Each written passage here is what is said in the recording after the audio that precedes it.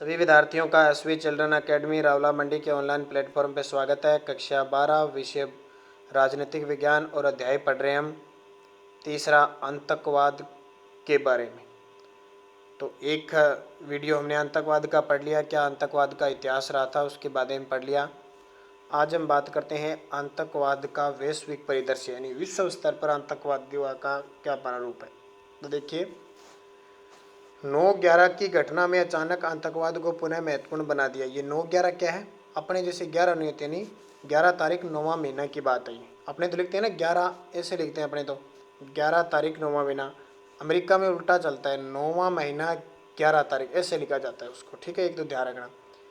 9/11 यानी 11 सितंबर की घटना में अचानक आतंकवाद को पुनः महत्वपूर्ण बना दिया। वस्तुतः तालिबानी स्वरूप पिछली शताब्दी के अंतिम 2 दशकों में सक्रिय था, किंतु अमेरिका ने उन्हें महिमा मंडित किया और योद्धा और जन मुक्ति दाता का। उल्लेखनीय है कि यही रवैया पाकिस्तान का कश्मीर के आतंकवादियों के प्रति रहा है। वह उन्हें स्वतंत्रता सेनानी की संज्ञा देकर अपने राजनीतिक मंसूबों को साधना चाहता है। धार्मिक आधार पर सहानुभूति प्रदर्शित कर वह राजनीतिक रोटियां सेक रहा है। किसकी बात करें? पाकिस्तान की। यानी आतंकवादी आते हैं अपने जम्मू कश्मीर में, कहाँ से? पाकिस्तान से। लेकिन पाकिस्तान कई बार तो कह देता है ये हमारे नहीं है, कई बार कह देता है कि हमारे सैनिक है। आतंकवाद प्रतिक्रियावादी व आत्मघाती दोनों प्रभाव रखता है। आज पाकिस्तान जो आतंकवाद का मुख्य पोषक देश है, सभी आतंकवाद से जूझ रहा है। एक देश ने अपने विरोधी देश के खिलाफ रणनीति के बतौर आतंकवाद का खूब सहारा लिया है। अमेरिका ने तालिबानी रूपी दैत्य को पूर्वी सोवियत संघ के विरोध में उत्पन्न किया, किंतु 2 दशक बाद ही वह दैत्य उसके विरुद्ध हो गया।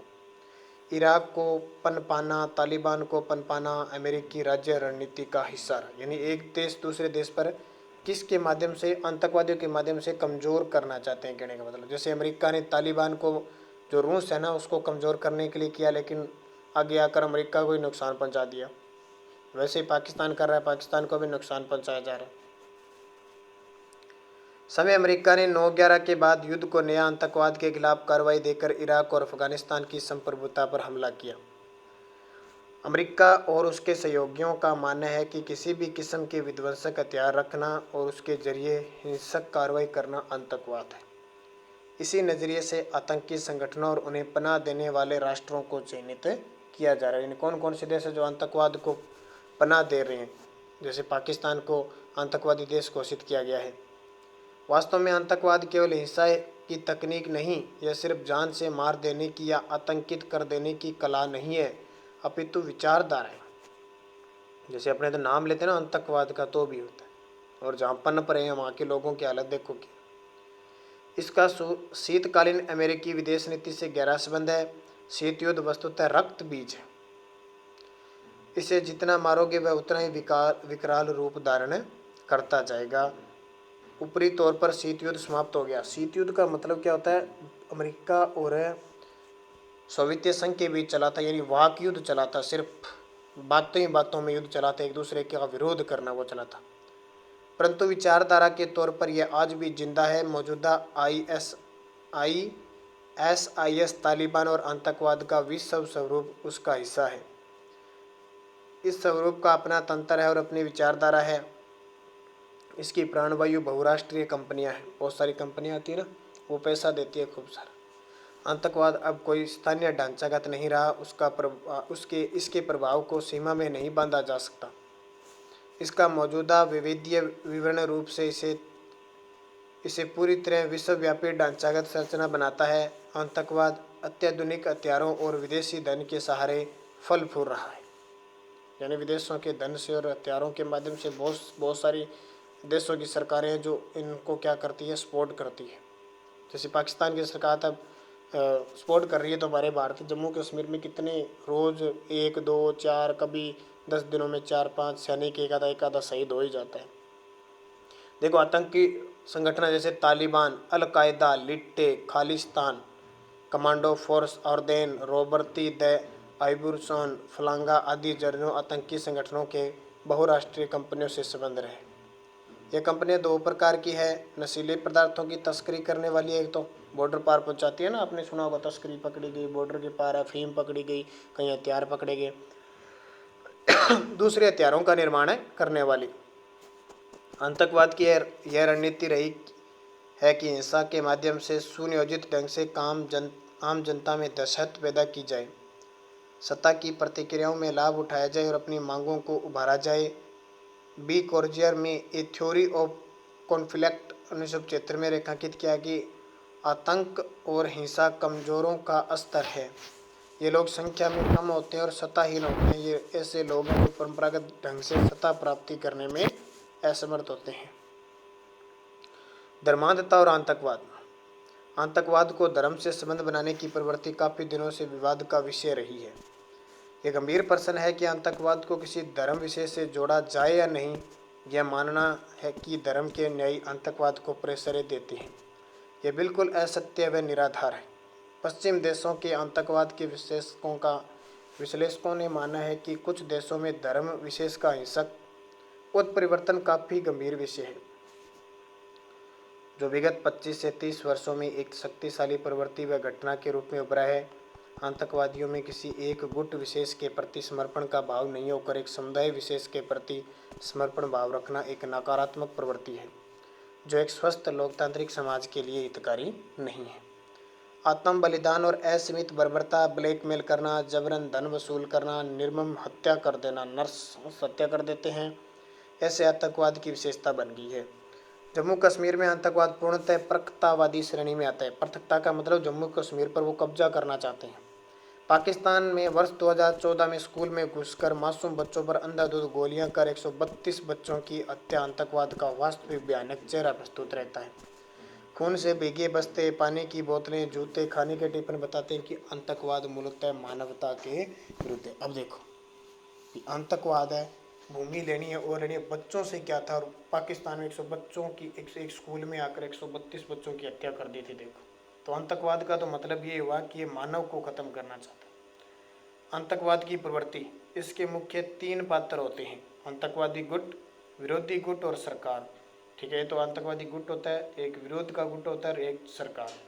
आम जनता, अन्य देशों की सरकार और आतंकवादी गुट इसके दर्शक होते हैं।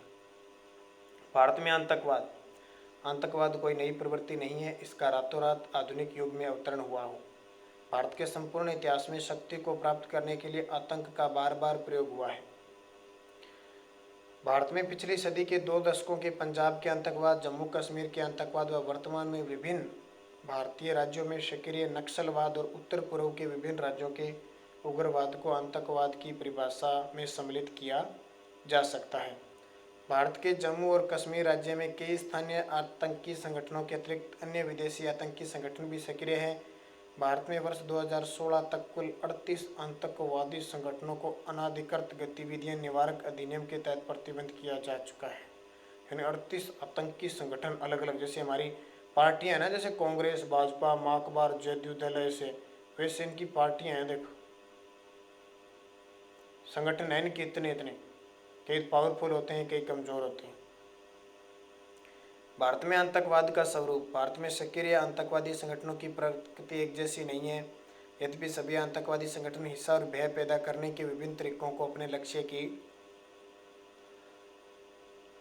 प्राप्ति के लिए प्रयोग जरूर करते हैं। भारत में पूर्वी राज्यों, विशेषतः सीमावर्ती राज्यों जैसे जम्मू कश्मीर ऊपर हो गया, फिर असम, पंजाब, आंध्र प्रदेश, छत्तीसगढ़, झारखंड, उड़ीसा, बिहार, बंगाल, महाराष्ट्र आदि में आतंकवादी गुट हैं। अपने जैसे राज्य है ना, राजस्थान, गुजरात, ये सारे सेफ है एकदम। राजस्थान तो बिल्कुल एकदम बढ़िया, न कोई बाढ़ आती है, न कोई भूकंप आता है, न कोई आतंकवादी आता है, ना बात, एकदम बढ़िया कलर से हमारी ज़िंदगी है। ध्यान रखना, सबसे बढ़िया हर चीज़ में राजस्थान का क्षेत्र है वो बढ़िया।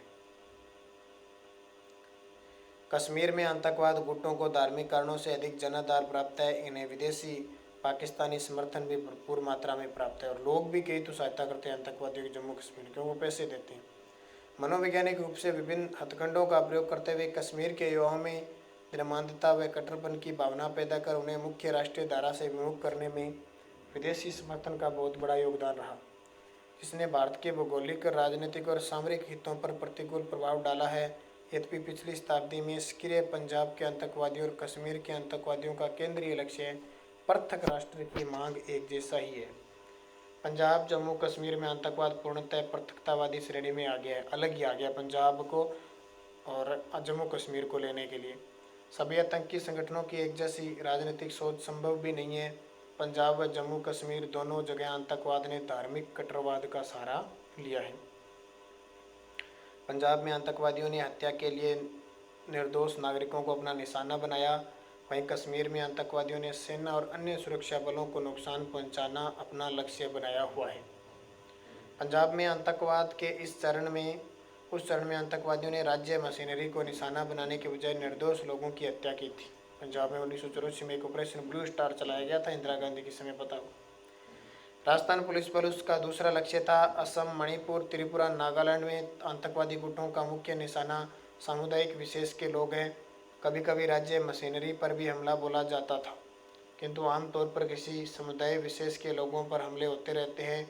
अतः इन राज्यों के आतंकवाद में समूह या जनजातीय ग्रुपों के बीच में हिंसक मुखबिर हमले होते रहते थे। राज्य मशीनरी पर हमला करने का राजनीतिक तौर पर प्रत्यक्ष संबंध नहीं था, परंतु प्रच्छन्न पृथकतावादी गिरोह से संबंध जरूर दिखाई देता था।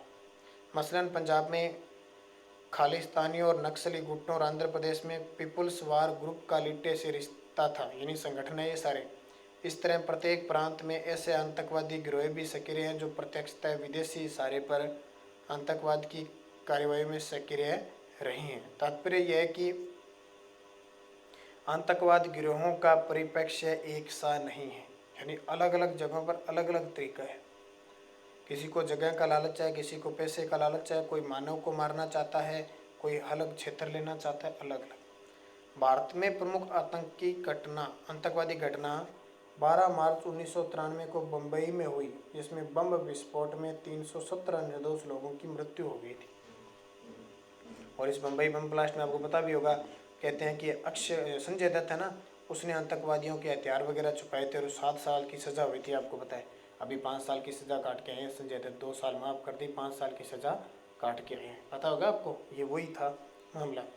इस विध्वंसकारी घटना में अपराधी और तस्कर गिरोहों, कट्टरपंथी और विदेशी एजेंसियों की भूमिका थी। मूलतः ये एक आतंकवादी कार्रवाई थी। सांप्रदायिकता, पृथकतावाद और आतंकवाद एक ही सिक्के के भिन्न भिन्न पहलू हैं। इन तीनों में अंतःक्रिया चलती रहती है। तात्पर्य यह है कि सांप्रदायिकता के पृथकतावादी या आतंकवादी प्रवृत्ति में रूपांतरण की संभावना है, उसी तरह से पृथकतावाद के सांप्रदायिकता और आतंकवाद में बदल जाने की संभावना। इसी प्रकार आतंकवाद के सांप्रदायिकता और पृथकवाद रूप लेने की भी संभावना है। झारखंड, बिहार, उड़ीसा, मध्य प्रदेश व छत्तीसगढ़ के नक्सली आतंकी गिरोहों की आतंकवादी कार्रवाइयों का स्वरूप पृथकतावादी गिरोहों की कार्रवाइयों से भिन्न होता है। नक्सलवादी गिरोहों का पृथकतावाद केंद्रीय लक्ष्य नहीं है। तो ये चीज़ें आतंकवाद की वृत्ति, और भी आतंकवाद की क्या कुछ है, क्या करना चाहिए, वो हम अगले वीडियो में पढ़ेंगे। तो इसको इतना पढ़ लेना, क्योंकि ज़्यादा मुश्किल नहीं है। आतंकवाद पे कोई ज़्यादा लंबी चौड़ी कहानी दी, आसान आसान से दे रखे हैं, कैसे इनका स्वरूप है, कैसे इनकी प्रकृति है। तो मुश्किल तो नहीं है, थोड़ा सा पढ़ लेना, आराम से याद रह जाएगा। जो नई चीज़ें ना उसमें पता लगे। वैसे आतंकवाद के बारे में पता ही है, फिर भी ये कौन से संगठन है, इनका विश्व स्तर पर क्या माजरा है, ये सारी चीज़ें आपके पढ़ने लायक है।